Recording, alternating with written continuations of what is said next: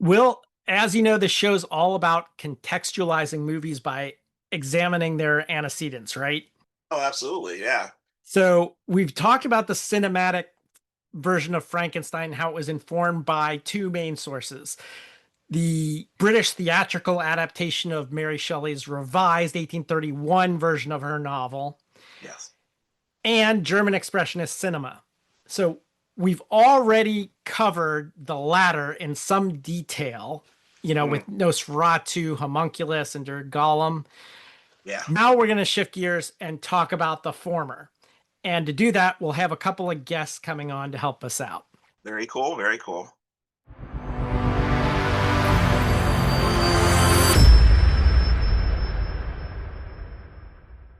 Welcome back to Geek Channel 8. I'm Eric. And I'm Will. And today on the show, we are going to be talking about The Curse of Frankenstein, Hammer Horror's really first true horror film that they made. But before we get into that, what have you been up to lately, Will? I am a fan of a band called Fishbone and have been for many, many years. Got to see them live for free. You're making me jealous. Well, I mean, look, you get around. You get to see some really cool stuff. But this is the best part. I took my son and their friend. So that was their first time ever going to a music festival, and they loved it. So that was like the best part for me because, I'm old, but that was really excellent. So you think that I get to see shows, but I live in Vermont and there's no music show. Like, you know what people do here? Well, Karaoke. Okay. That is as close as we get, on a Friday night here. So I've only done karaoke 3 times ever. Okay. Once was with you. Do you remember that? oh my gosh, was it it? The Holy Grail Brewery. Oh And wow. you picked the song. Do you remember what you picked? Probably probably Sweet Home Alabama. Sweet Home Alabama. Sweet Home Alabama. And I was pretty trashed. I had my shirt off and was just wearing my leather jacket. Do you remember what you were wearing? No, You no. were wearing a Confederate soldier hat. Okay. And and you had your whole South will rise again shtick. Okay. Now, this was not our usual bar. This was like a college fraternity bar. Oh my god. Yeah. I don't think they knew what to. We looked like Village People rejects. Okay. So that was the first time I did karaoke. The second time was after my film, where Jeff Carpenter, my first AD, dragged me to it. Nice. And what does he pick? Queen. Oh, Okay.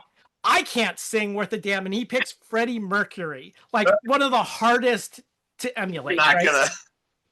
All right, that was number two. I said I'd never do it again. And then my friend Shayna, on her birthday, about each of these is about a decade apart. I finally get convinced back. Shayna's on her birthday. She's like, "You got to come karaoke with me because it's my birthday." And I was like, "Okay." So we go to a place called Top Cats, and there are 2 songs. So the first song I go up to duet with her is David Bowie's Space Oddity. Okay, so I can kind of do that because it's like talking, right? Ground control to Major Tom, and so I do that part and she does the more singing part. So things were good for the first one. Second song, she chooses Run to the Hills by Iron Maiden. Okay? Oh wow. Again, Bruce Dickinson, like Freddie Mercury. Okay, I can't do that, right? So somehow I got through that. The range was off the charts. Like Bruce Dickinson, by the way, if you haven't seen, he just did the national anthem at the Pittsburgh Steelers game. Oh nice. And I always love it when like a foreigner comes in and does our national anthem better than anyone here can. He's on tour right now. And he had throat cancer. He had like a golf ball sized tumor removed from his mouth. Okay. And he still can hit those crazy notes and stuff like that. And he's in his 60s. So if you get a chance, he was on the Charismatic Voice, which we've talked about on this podcast before. Yeah. Right now, he's like, it was the latest Tea Time, Elizabeth Zaroff's program on YouTube. So check that out. But the reason I bring all this up is because we have a singer on the show today who's also a tenor, who's also named Bruce. We'll ask him about adapting Victorian literature, but he's probably dealt with generations of freshmen bringing him Rhyme of the Ancient Mariner by Iron Maiden. So we'll just skip all that. Oh, and I just want to put some things in context. When I was a young man, a lot of things I did were reactionary. So I ended up with a Confederate cap because I picked it up to look at it, and my friend, dear friend, was like, "Well, you can't wear that." I'm like, "Oh, well, now I'm definitely buying this and wearing it." And then I ended up with a whole kit. I bought a Confederate like handkerchief and everything, and I love to confuse people by whipping out the handkerchief. Especially, I used to work construction. I'd whip out the handkerchief. They would have like 5 beats of like, what the heck? And then I will wipe my face with it and blow my nose on it. I like to think that I wasn't so much an angry young black man as one who liked to tease people, but maybe I was a little angry. So I just felt like I had to put some context in there because without context, it just sounds like I'm just a terrible person who. Yeah, you were the one always getting us in trouble. Wait, no. No, I kid. I can't go there. Okay, so we've already looked at the US versions of Frankenstein. So now we're going to start a series of other countries' adaptations of Frankenstein. And we're going to start with the UK, Hammer Horror's Curse of Frankenstein. So first, let me give you background to the year. 1956. Speaking of Sweet Home Alabama, June 5th, Browder versus Gale was the civil lawsuit that resulted from the Montgomery, Alabama bus boycott. So the district court ruled that, quote, the enforced segregation of black and white passengers on motor buses operating in the city of Montgomery violates Constitution and laws of the United States. All right. July 10th of 1956, the British House of Lords defeated an attempt to abolish the death penalty.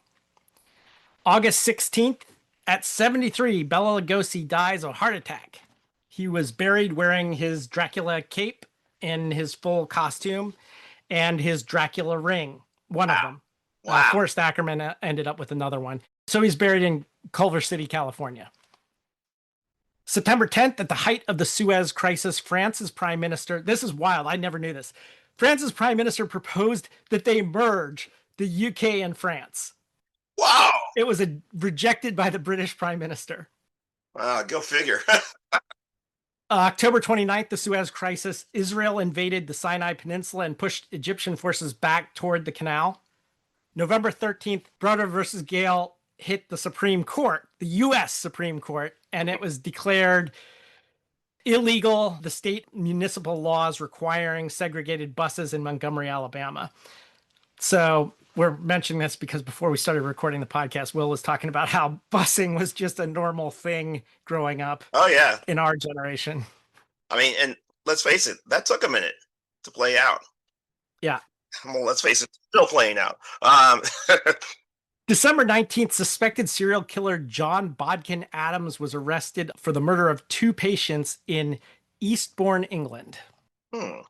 Bodkin, that's a kind of dagger, I think.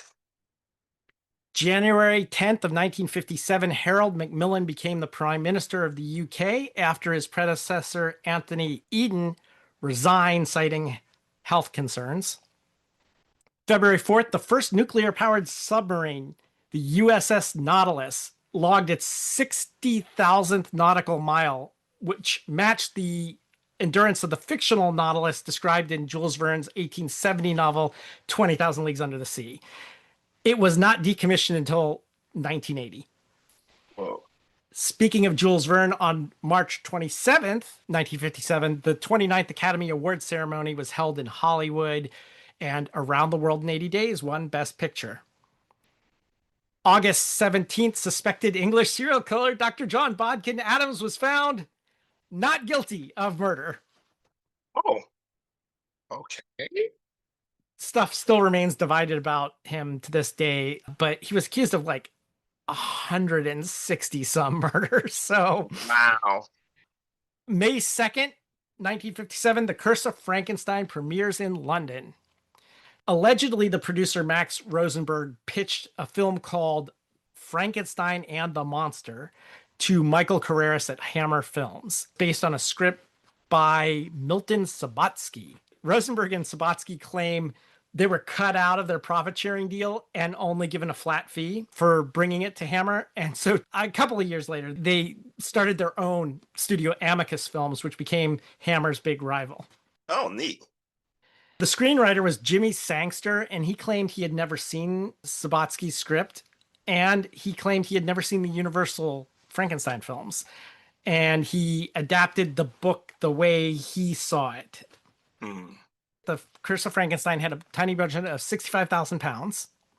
Peter Cushing was cast as Victor Frankenstein. He was already a TV star, but this was his first leading film role, which explains why he has always looked old to me. I was like, when was this guy ever young? And he was young on British TV, nothing that, which was live in those days. So we don't really even have those recordings, Christopher Lee was cast as the creature based on his height.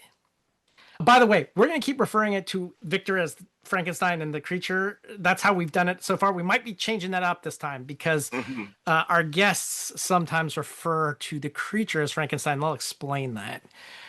Anyway, Lee and Cushing had appeared 3 times together before this in Hamlet, Moulin Rouge, and Alexander the Great, but they never met on any of those. Oh, wow.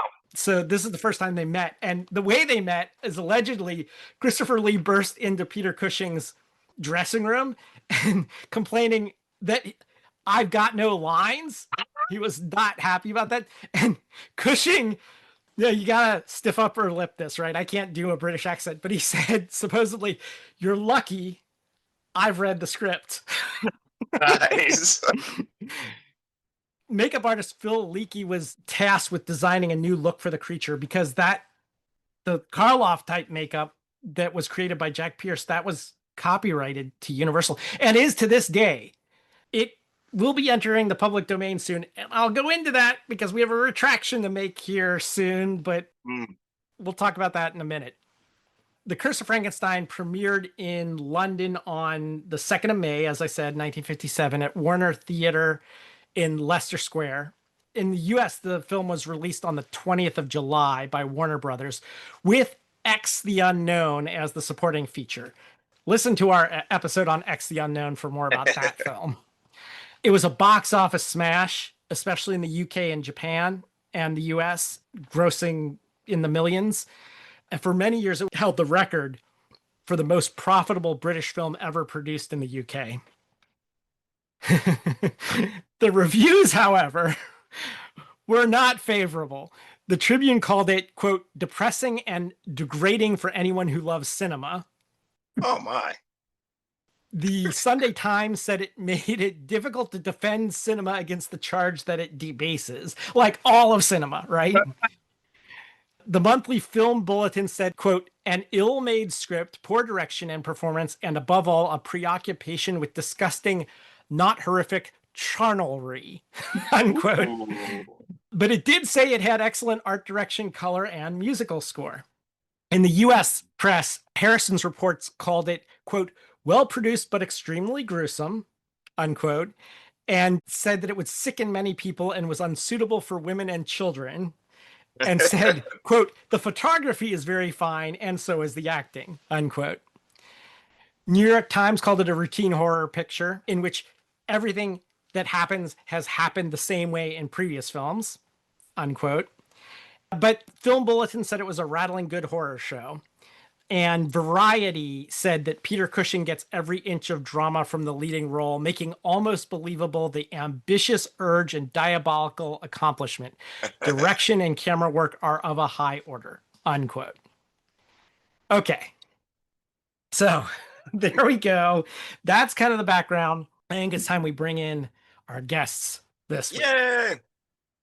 So we have Dorian Greenbaum, who is a historian of astrology, cosmology, and divination. Oh, and she's also the great-grandniece of British playwright Peggy Webling, who we mentioned last episode, and whose 1927 adaptation of Mary Shelley's novel entitled Frankenstein, An Adventure in the Macabre provided the basis for the 1931 Universal film Frankenstein. And her co-author is Bruce Graver, a professor of English at Providence College, specializing in British Romantic literature. Among other things, he's edited Wordsworth's translations of Chaucer and Virgil, co-edited Wordsworth and Coleridge's lyrical ballads. Together, they've co-authored the book Peggy Webling and the story behind Frankenstein, the making of a Hollywood monster. So please welcome to the show, Dorian Greenbaum and Bruce Graver. Oh, wow. Welcome, guys. Thank you. Thanks. Good to be here. Yep. I read your book. I loved it. There's a lot of stuff I didn't know, but it also brings me into some retractions I have to make. And I'm going to start with things that aren't related to the book, and then this will take us into our first question here. Correcting the record, number one. In the episode on Frankenstein, we said that Jack Pierce's makeup design for Karloff as the creature was under copyright until January 1st, 2026. It's actually until January 1st, 2027. Correcting the record, number two. Will, you asked if the Munsters was covered and allowed to use that makeup due to it being parody. And I said yes, which would be true if it was produced by anyone else. But actually, they were allowed to use the copyrighted designs of the Universal monsters because it was a Universal production. Oh. So they owned the rights already. Okay, I didn't realize that. Correcting the record, number three, I stated that the brain consultant on the film was Dr. Cecil Miller. It was actually Dr. Cecil Reynolds, who was Charlie Chaplin's physician, by the way. And the last correction here was a longtime mystery for me was solved. So why Victor Frankenstein was called Henry, right? The popular lore and what we said on the podcast was the name Victor was replaced because Henry sounded more friendly and sympathetic to US audiences. But that's not the case. After reading the book, it seems there might be another reason. Peggy always named a character Henry. Is this correct? And what was that all about? Yes, that is correct. Well, maybe not in every single piece of writing that she ever did, but pretty much in all of her books. She named a character Henry after a friend of her youth who was called Henry Page. And Henry Page was an artist. He was very much a part of the Webling girls' lives when they were growing up. I think he must have given them some kinds of art lessons because, because that was what he did for a living. Also, their sister was an artist. But he and Peggy had a great bond, and he introduced her to good literature, and as a result, because of this friendship, she decided that everything she wrote would have a character named Henry. And she also hated the name of Victor. Okay. And I can't tell you why she hated the name of Victor, but she did. Okay. We might add another correction here, Dorian. I think Yes. I saw your eyes grow large when a certain subtitle was put on that play that Peggy Webling never put on it. Yes, that is also true. Well, two things that you said, that the film was based on the 1927 version of Frankenstein. That's not true. It was based on, if anything, I'm not sure exactly how much they deliberately used for the film, but it would have been the version more or less written by John Balderston, but under both their names, that was copyrighted in the Library of Congress. Got it. And that was I think Balderston didn't copyright that until 1931. Is that right, Bruce? I'll take your word for it. I'm pretty sure it was right before they signed the contract. Yeah. Okay. So the 1927 version was the first production, the first professional production of Frankenstein in England, in the Lancashire city of Preston. Got it. Okay. And to get back to an adventure in the macabre. Yes, the other point I wanted to bring up. That was not Peggy's original title for the film, or for the play.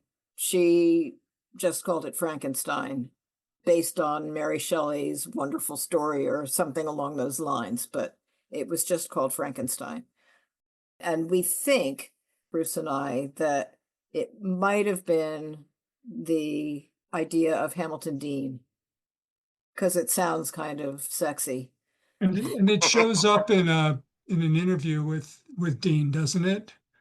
Or is it it's in a review or something? There's some kind of publicity thing in the papers, and the phrase "adventure in the macabre" shows up there. It sounds like an advertising slogan. Yeah, it is. It is on the. It is in the program. I'm pretty sure. Some of the programs, but not all of them. The London one, I think it's in. Yeah. Yeah. Okay. I guess my biggest question for you guys though is why do you think she decided to adapt Frankenstein? I mean, you guys have said in the book that it just came to her one day, but why Frankenstein? I don't know. It's pretty clear that she admired Mary Shelley and had admired a number of successful women writers, which is what she was trying to be. And I think that the story just caught her imagination, and maybe caught her imagination in the way that she was thinking of herself as trying to enter this world of professional writers and how difficult it was. And you can think about that in terms of the Frankenstein story. It makes a certain amount of sense. Right. Yeah, I guess it does. Why it occurred to her, in 1920.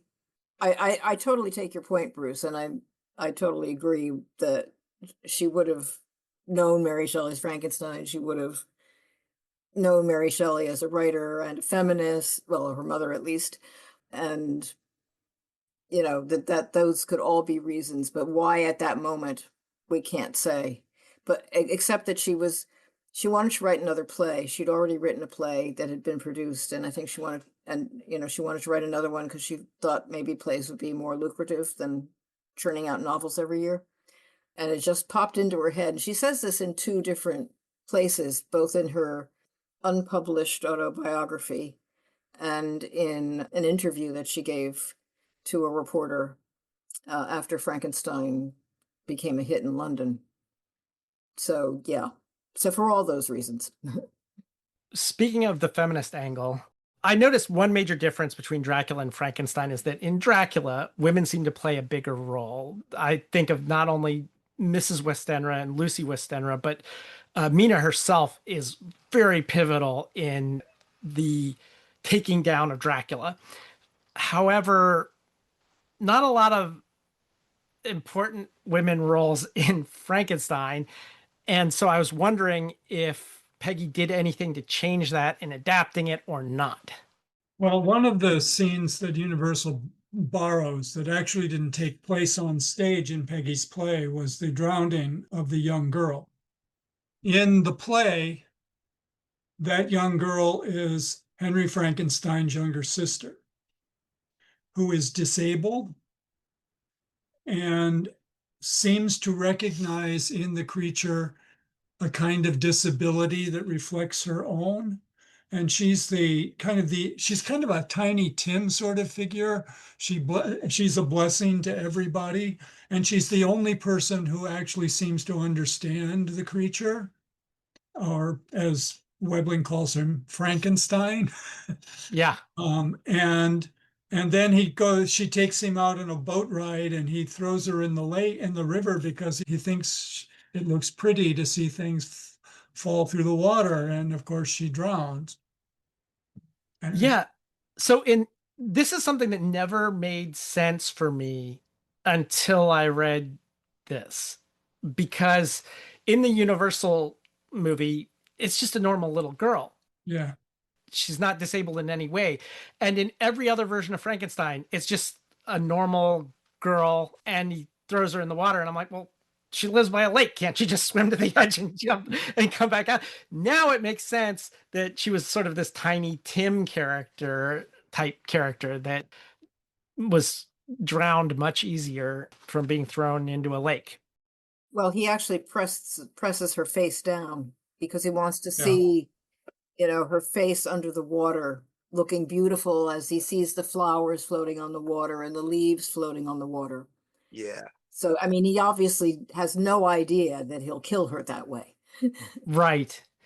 So I think the Universal Frankenstein was pre-Hays Code, but they still would have never let them shoot that.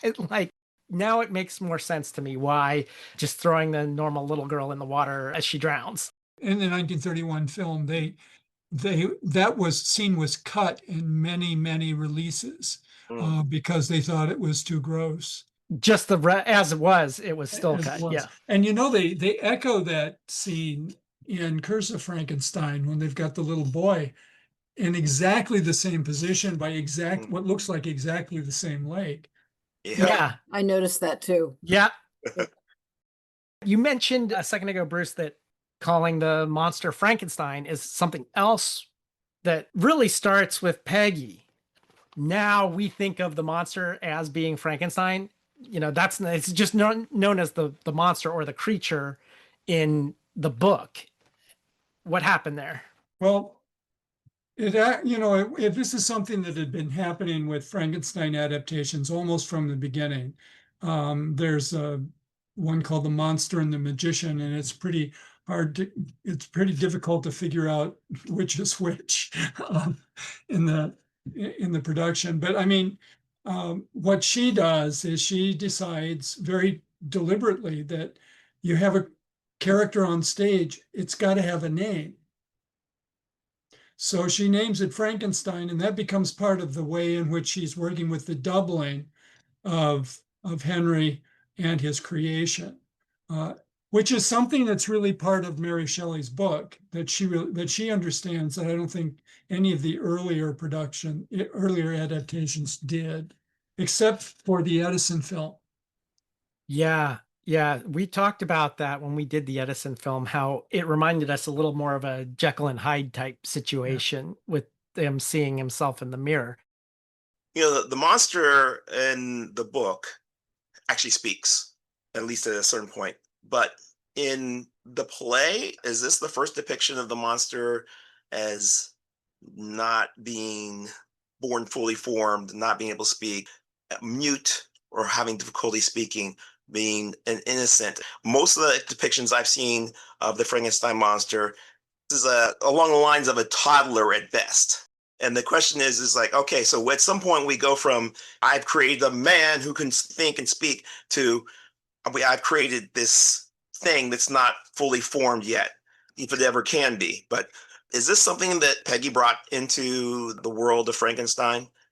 Obviously, in Mary Shelley's novel, Frankenstein is educated over a period of time, right? And actually becomes quite well educated. I think we could agree.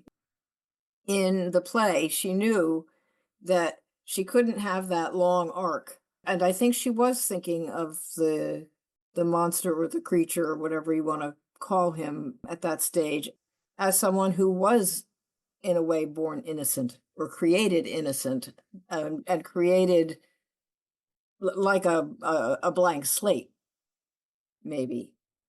So she knew that she had to show an arc of his training and his education that would allow him to understand basic concepts, but also you can see later on that his understanding of things increases. In the beginning, he's speaking very haltingly and he doesn't really understand words, but by the end, he's got the capacity to learn and to understand what it's like to know the things that they're telling him and to know things about the situation that he's in. And as I say in the book, in the play, she seems to be interested in whether this creature has a soul. And that's a really important part. And the acquisition of language, which is also an acquisition of how he understands his feelings, both of love and of rage and, whatever. That this is part of a kind of development of, or at least a revelation that he actually does have something that she would call a soul. Yeah.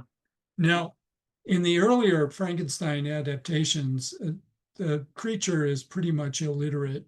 Some of them he has no lines at all. In fact, the original creature in the British productions also played the creature in the French productions in Paris because the creature had no lines in French. So Christopher Lee comes from a long tradition of silent creatures. I wanted to talk about the creation because with cinema being visual, the creation scene becomes much more important. So with the Edison Frankenstein, it's like the main thing everybody remembers about that film. So far, Will, since we've been doing this, we've seen these creatures brought back by magic, by chemistry, and then by the time of Whale's Frankenstein, electricity. Yeah. So lightning is only briefly mentioned in Shelley's book and not having to do with the creation of the monster, even. So in Webling's play, or one of the plays, it seems lightning is more associated with the creature's death than the creature's birth or something. I want to know how lightning comes into all this. Yeah. I think it's stage effects mainly because the way they do it is with an elixir in the plays. Yeah. Oh, It's an elixir of life that Henry pours down the creature's throat to bring him to life. okay. So, however, having said that, the idea of having him being created in a storm, because they're in the prologue, which leads up to the creation of the creature, there is a storm going on at the time. And then at the end of the play, there's also lightning and thundering and stuff like that. So, and Peggy even says at one point, he was born in a storm and dies in a storm. But this doesn't really have anything to do with electricity per se, as Wales' version had it. And I think that was a John Balderston edition, maybe. Bruce? I think you're right, but at the same time, we know that in London in the first decade of the 19th century, one of the students of Luigi Galvani was running around London with batteries, which he would hook up to dead things and make its eyes move and stuff like that. Wow. Do you remember doing that in school, Will, with the frog leg? Yes. Everybody did that. Yeah. That's literally a sort of someone saying, I see this piece of science and I'm going to incorporate that into this next iteration of this story, which I think that's great because like you said, up until a certain point, it was even with an elixir, it could be magic, it could be science, either way. But it's like I see this piece of science and I see what could be possible, maybe. Yeah, I love that. Yeah. So Frankenstein really is a Frankenstein creation of many different parts by many different authors. So we'll talk about this. I've talked about before how there's such a difference between Shelley's first novel and Shelley's second release of the novel, the one from like 1818 and 1832 or 31 or something. 31. It seems like there's some more Percy Shelley and Lord Byron influence going on in the second one. But between Peggy and then Hamilton Dean and then John Balderston and then James Whale and then the staff writers at Universal, and now we're going to talk about Jimmy Sangster and Terence Fisher. One thing I want to keep in mind as we go through this is how much of this came from each one of those people. Yeah. Show starts in 3 minutes. Popcorn, candy, hot dog. In this film, what I thought of immediately was a hot dog, which was too prosaic. It was very simple. A boiled hot dog? No. So I looked a little deeper. There is a sausage. It is spelled Longeole. And it is a sausage that is Swiss. It is something that is known specifically from Geneva. And it is a sausage that is prepared by simmering for a long time, like 3 hours. The reason why it takes so long to cook this is because it includes pork rind in addition to other pieces of the pork. It is beloved. It is their specific Christmas dinner. If you can get a hold of this sausage, it is the perfect sausage for this film. And we'll see why. We'll talk about why. Okay. I'm glad you didn't tell us to do bangers and mash. No. More than 100 years ago, in a mountain village in Switzerland, lived a man whose strange experiments with the dead have since become a legend that is still told with horror the world over.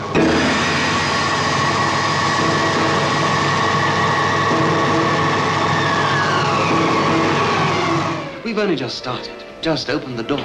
Look, now's the time to go through that door and find what lies beyond it. But don't you see, Paul? We've discovered the source of life itself, and we've used it to restore a creature that was dead. This is Frankenstein, who revolted against nature, who experimented with the devil and was forever cursed. His unwilling collaborator was Paul Kremp. I can't prove you murdered, but I can stop you using his brain. Why, he has no further use for it? Don't be Be careful! You damn it! Only 2 women ever entered this house of evil. Elizabeth, come back! Elizabeth, the lovely cousin who had promised to marry him, and Justine the maid, who kept passionate and secret rendezvous with her master. Won't you understand you're in real danger? What Victor is doing is dangerous to everyone in the house. Now, you cannot possibly conceive what dreadful thing he's planning to do. What are you trying to tell me, Paul? That Victor's wicked? Insane? Wicked, insane, evil. Call Frankenstein what you will. A demon had made a man-made monster, and now the monster was the master. Paul, what are you going to do? For your sake and to protect Elizabeth, I've so far kept silent. But now I shall go to the authorities and have them destroy that creature. And see that you pay for these atrocities.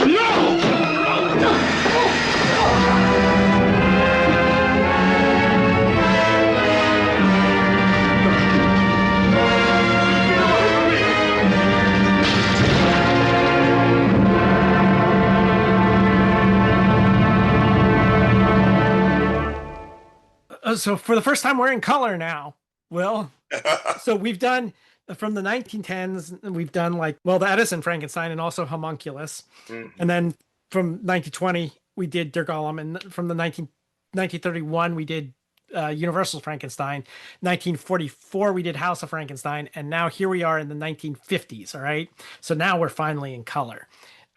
This opens in 1860 in Switzerland, where there's a priest who's come to take the confession of one condemned criminal who happens to be Baron Victor Frankenstein, who's set to be executed for murdering his maid Justine.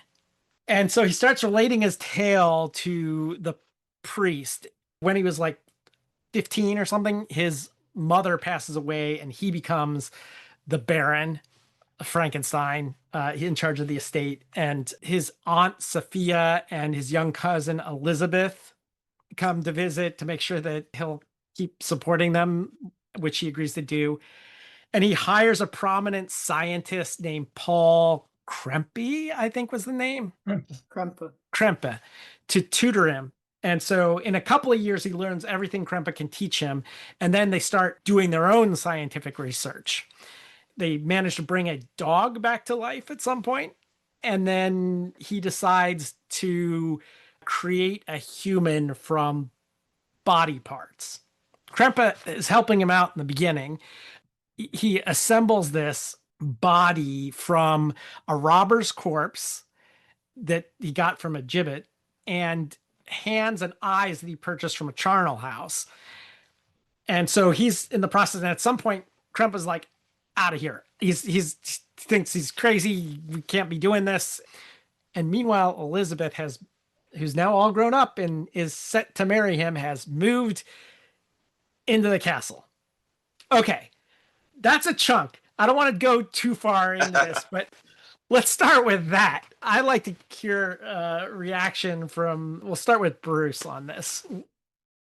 I thought that it was interesting that they were trying to hold, is he Victor? He's Victor in the film, right? Yeah. He's Victor. We've gone back to calling him Victor now. Anyway, I thought it was interesting that they were trying to hold Victor somehow or another legally responsible for what he had done, even though they had the wrong crime.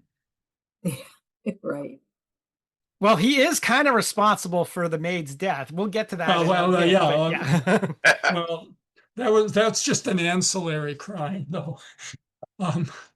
He's so guilty, but maybe we should just mention that one of the special desires of Victor was to get a brilliant brain.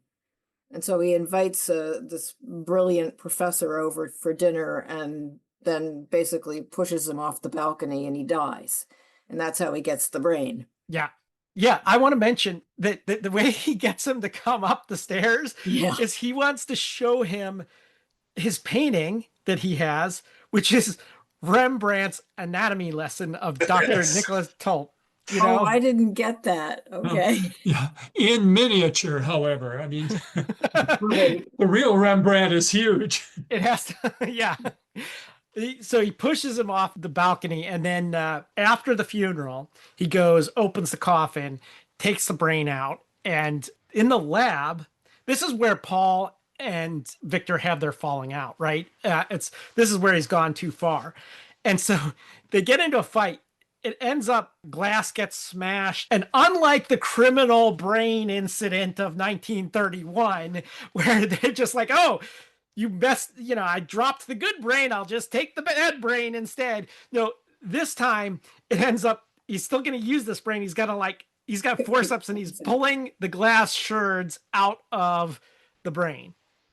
Dorian, what you brought up about his criminality, I like about this is that when he first starts out, they do a lot of characterization of him as he's impatient. He's like, he talks about, basically his teacher was an idiot who had, he already knew everything the guy was trying to teach him, and he was impatient. Now his mother was dead and he was in charge. He could pursue his true calling. So he seemed at least a little bit cold and, sort of indifferent to human life to begin with.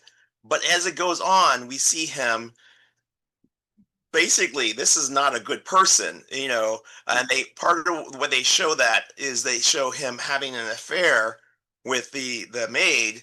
He has an affair with the maid, but he's going to marry his cousin, eventually. He's really tight with Paul because they're in cahoots to do these things. Oh, and he wants his approval. You can tell he wants Paul's approval. He wants him to show what he does. It's like, no, we can do this, and you'll be happy once we do it, and we'll be famous. But he is not going to be stopped by, the morals of, small men. He is pursuing these things with absolute indifference to the rules that apply to other people. He does what he wants. And I feel like this is a different characterization than I've seen before from the other Dr. Victor Frankensteins, where they are obsessed, but they're not evil. I mean, like going back, like, that it's like when the monster has killed, his assistant, he's upset. This is, previous, we gotta stop him. This is not that guy. He's not that guy. He is really focused on himself and proving himself and doing what he wants to do in a way that it makes him actually evil. I think that was really notable. Now, because it came up, the creation sequence or the animation sequence of the dog, and later on we'll see repeat this, but like it is in a tank of water with this little puppy dog, and then when they apply the current, they have this you'll see they use a pair of glass discs, as part of their apparatus. Now that's called a Wimshurst generator, and I don't think that was actually a Wimshurst generator because it didn't act like one, but they were putting that in there because that was a cool piece of technology from the time period. It generated static electricity with glass discs. But in any case, what they show is this puppy. It's like they're boiling off the water, simmering off all the water, and then the puppy comes to life. And I'm soft-hearted enough that I'm like, well, what do they do with the puppy? This has come up in previous films in this series. As it turns out, the actor, I think it's pronounced Olhurst. Urquhart, I think. Urquhart, yeah. Urquhart. Yeah, Urquhart. Yeah, he adopted that puppy.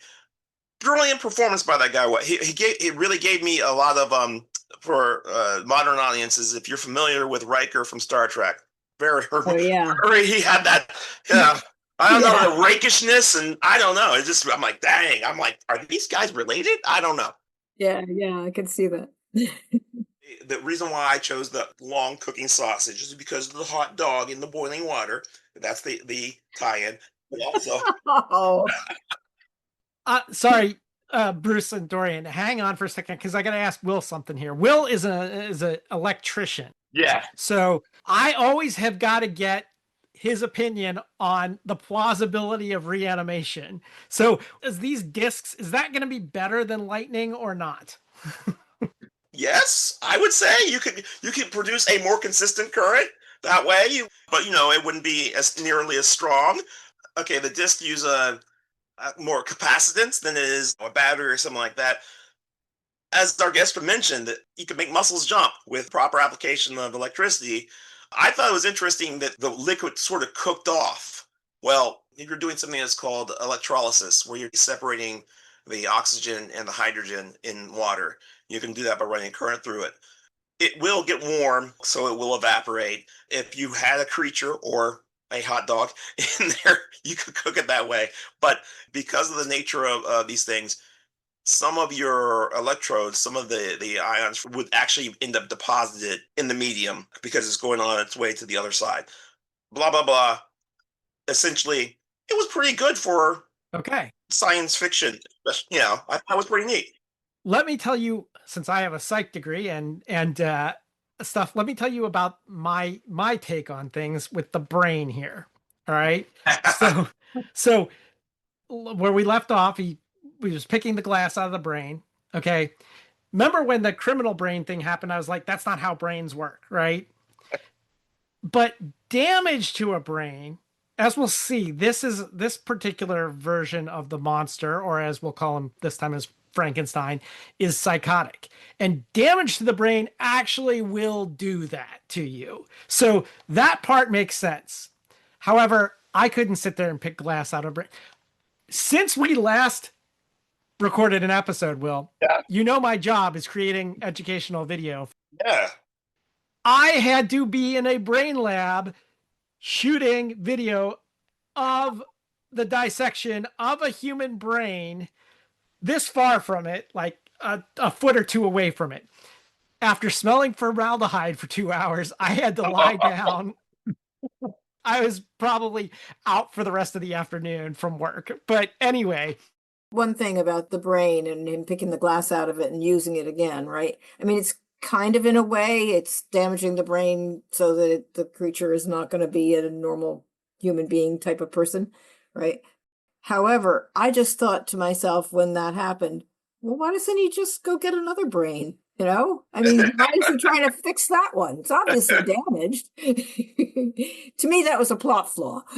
Yeah, but why did they use the criminal brain in the first one? He broke the, but I guess maybe Fritz didn't want to admit to his own incompetence or something. I don't know. Well, and you want to use that brain was very important, and that's of course that was as you pointed out, Dorian. That was like the moral Rubicon. He's not just waiting for somebody. He's not even like, oh, well, I just heard about this, because he sought out the perfect hands because he heard someone had died and he went and got those. And he brought, he's not just doing on the down low. He murdered someone for that brain. Yeah, I think it would get a little too suspicious if another very accomplished professor visited the castle and fell. Like if that happened twice in a row, it might be a little suspicious.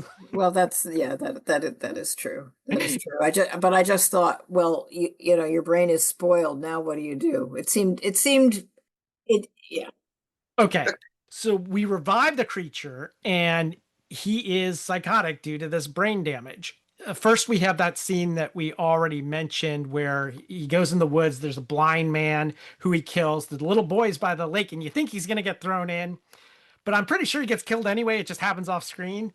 Paul and Victor, they end up shooting the monster. The monster as a homicidal maniac has always been some sort of part of this. I'm part of a book group that did Mary Shelley's Frankenstein earlier this year. And during the discussion, there was some debate as to whether or not the monster was a sympathetic character. And it's hard to say yes and hard to say no. I was with him until he kills Frankenstein's niece, if I remember right. I think it's his little brother. It is his brother, isn't it? Yeah. What an age difference, because Frankenstein was in college age or something. Anyway, okay, how sympathetic is the monster in this versus like Peggy's idea of what the creature Frankenstein is. Certainly in his first incarnation, which may be the right word to use, Yeah. I don't think he's sympathetic at all. I think he is clearly brain damaged. But then what's curious is that when he is recreated, you have a scene that almost seems lifted from Webling's play if they had actually had access to the script. And the only one they could have had was the 27 script that's in the British Library. Because when Victor starts giving him the doggy commands and he starts doing the doggy things like stand up, sit down, that's really pretty much out of what Webling did. Webling does something very similar to that. And the abuse that is heaped on the poor creature for not obeying or for not obeying quickly enough also seems to be part of, so that when you have the things that happen wrong in the second half of the film, it seems to be more blamed on the way the creature's been treated rather than on some kind of innate brain malfunction. Yeah, I noticed that too, Bruce. Exactly as you describe it. Yeah. Yeah. The things that happened in his first incarnation, I thought were interesting. Well, the first thing he does is try to kill his creator.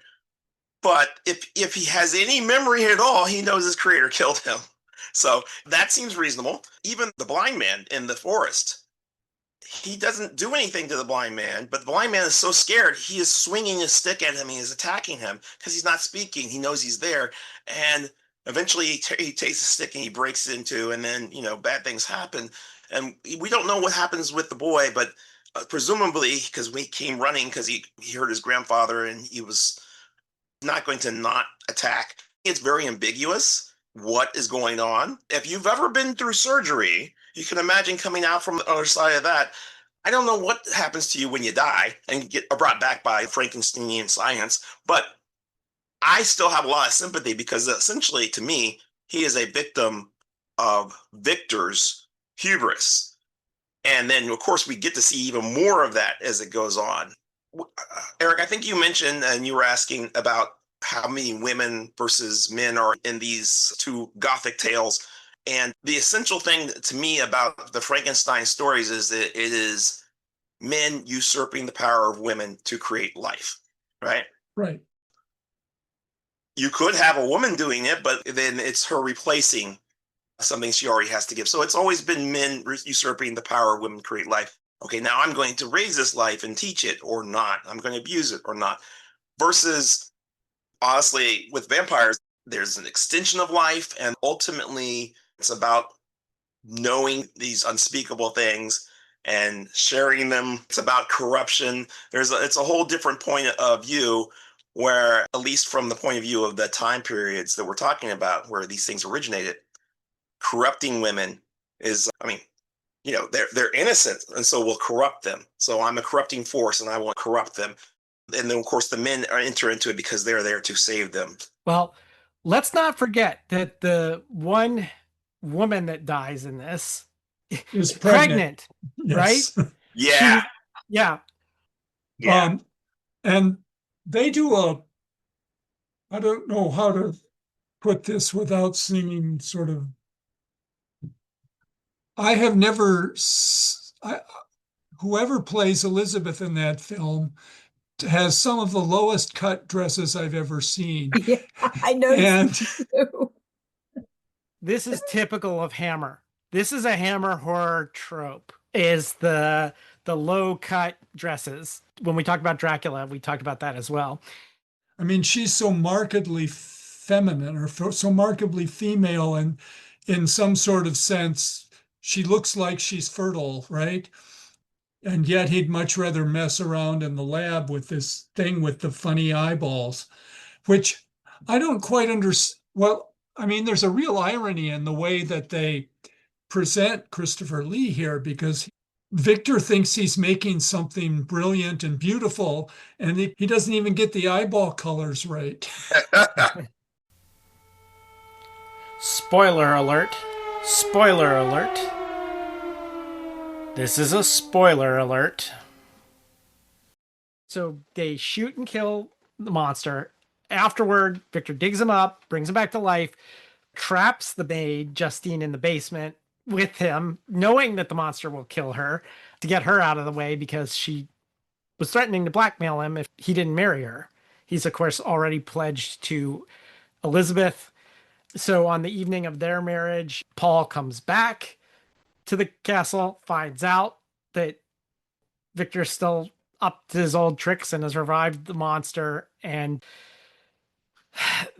basically everything wraps up here at this point. That all hell breaks loose, meaning the monster breaks loose, comes after Elizabeth. It comes to a climax on the roof. And as usual for movies, Frankenstein, the monster, his undoing is fire. And in this, Victor throws an oil lamp at him on the roof, and he crashes through skylight into the vat of acid, which they hinted at before, but is not as left field quite as it seems if you had seen the whole thing, because originally the vat of acid, there was a whole scene with it where they dissolve one unsuitable body, particularly a head, in this acid, and it was just considered too disgusting by censors, and so they cut it, and it is now lost. Believed to be a lost piece of film that is gone.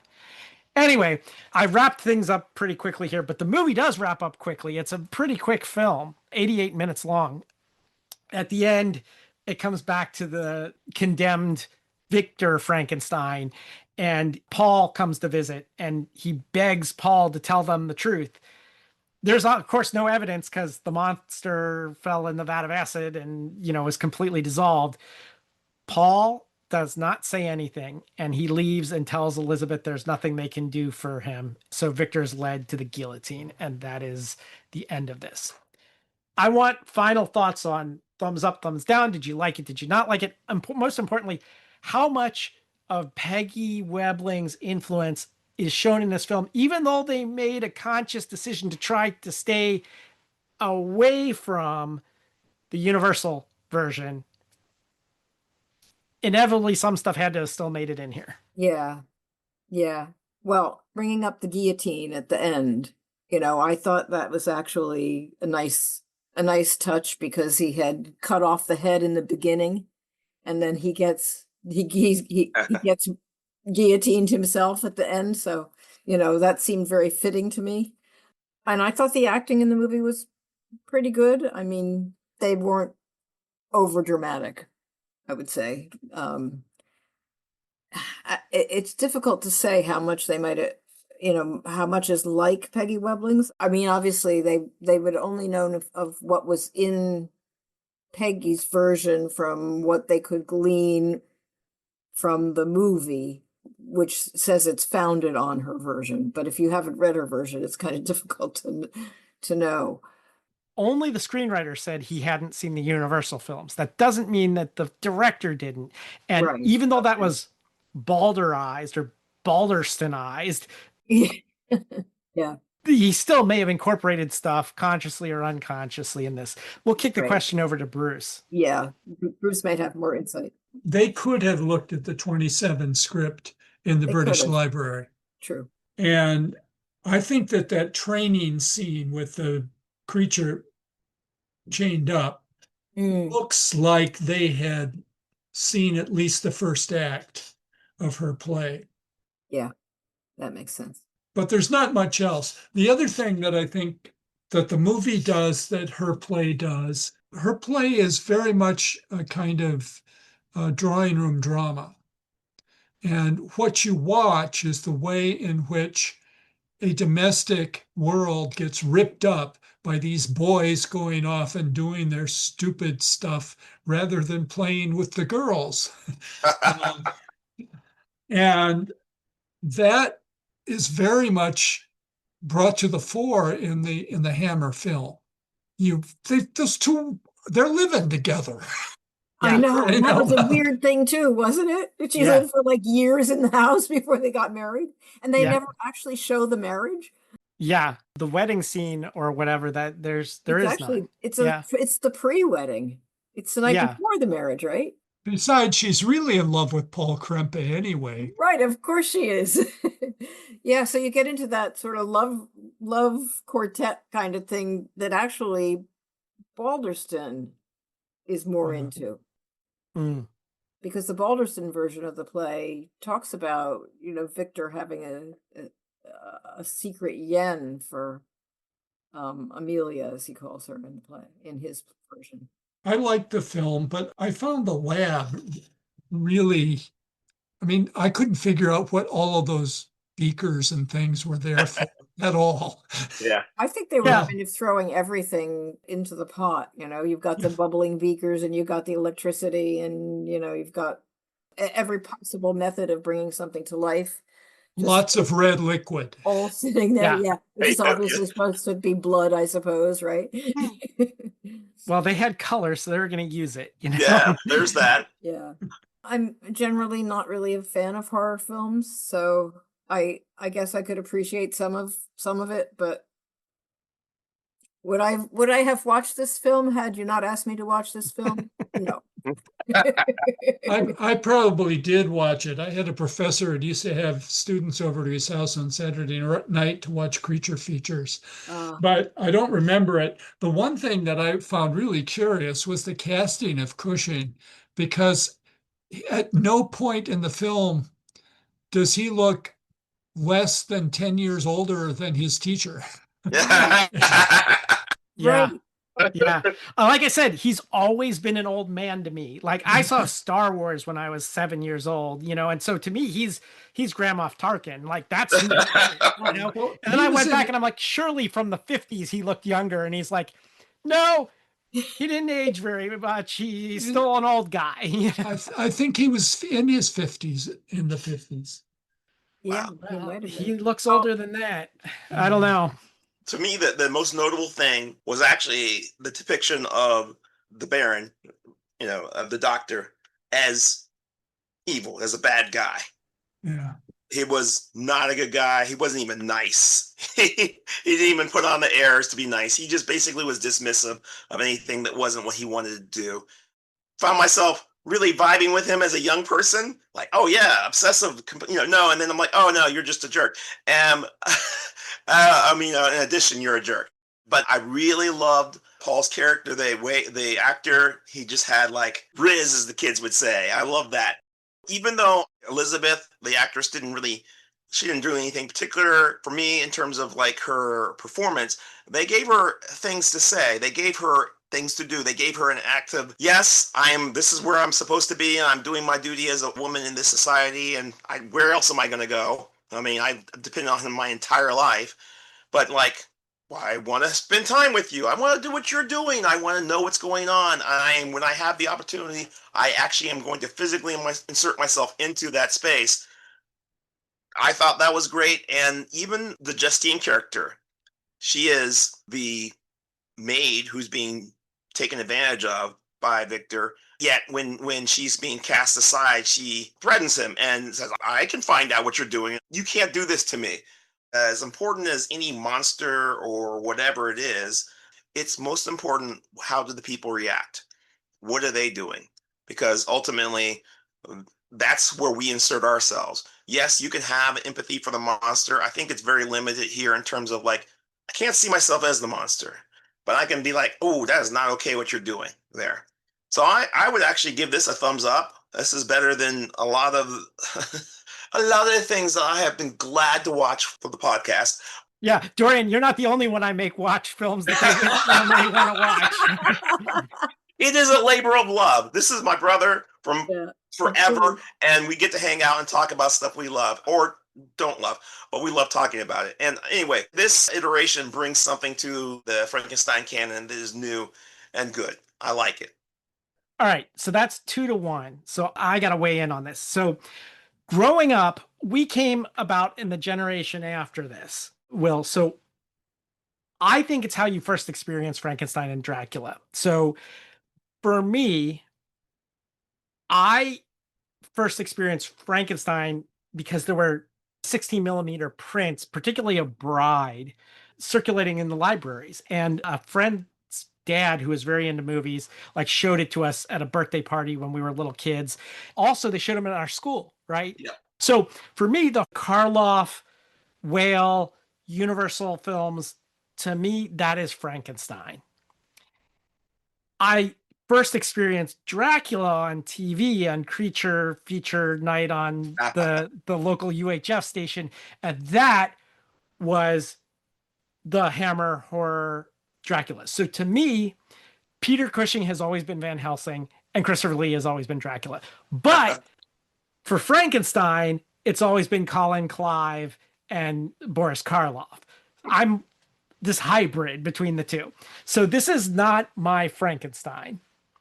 However, it's still good in that it brings new stuff to it. I like the way they made him more villainous with his affair and killing the maid and like facing the guillotine for execution. I thought that was really clever. Yeah. I'll be interested in seeing how they continue this in The Revenge of Frankenstein, which follows this. Because unlike the Universal horror films where it's all about the monster surviving, in the Hammer horror films, it's Cushing's character. It's Victor that is the adhesive, the through line between all the movies. Oh my, interesting. Anyway, I give it a thumbs up. So that's 3-1. So we're going to say that we liked this film. But I got to wrap it up here. Thank you to Dorian Greenbaum, Bruce Graver for coming on. This came up very suddenly. I think Dorian and I were talking about astrology because it was in Der Golem. They see in the stars that they should bring the creature back. And that movie led into Frankenstein and all of this. The book, Bloomsbury is the publisher, and it is called Peggy Webling and the Story Behind Frankenstein, The Making of a Hollywood Monster. Thank you guys for coming on. Thank you. Yeah, thank you so much. You're very welcome. It was our pleasure. Thank you. The best way you can help the podcast, if you like it, tell somebody else about it. Spread the word. Until next time, this is Eric. And this is Will. Signing off.